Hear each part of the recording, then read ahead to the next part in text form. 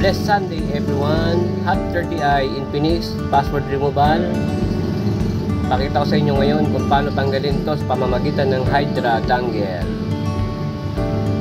So yan, i-select lang po natin yung Universal at Tigers T604 Infinix at put info.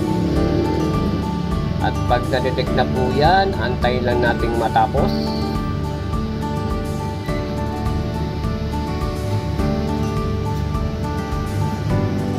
Nag-reading siya.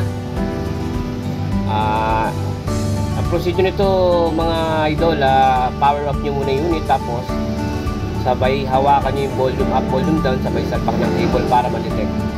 So ayan, na-detect na siya. So select natin yung factory reset protection, tapos yes lang natin at antayin natin uling ma-detect. So once na ma-detect yan sa unang boot natin, hindi nyo na kailangan i-press volume up, volume down ulit. Automatic po ang Hydra. So ayan, na-read na, natanggal na. So ayan, i-report natin. Red info, tapos yes lang. Para mag-report po yung cellphone.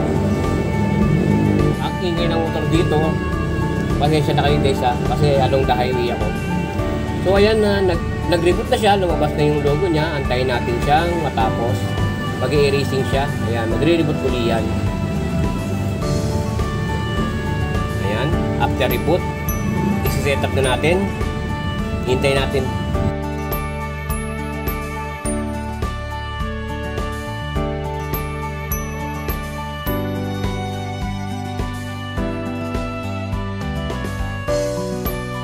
Email, ayan, pumalo na sa menu. Next lang tayo. Select nyo na yung country. Skip nyo lang. Next lang hanggang matapos. Please like, follow, and share for more videos to come. Thank you.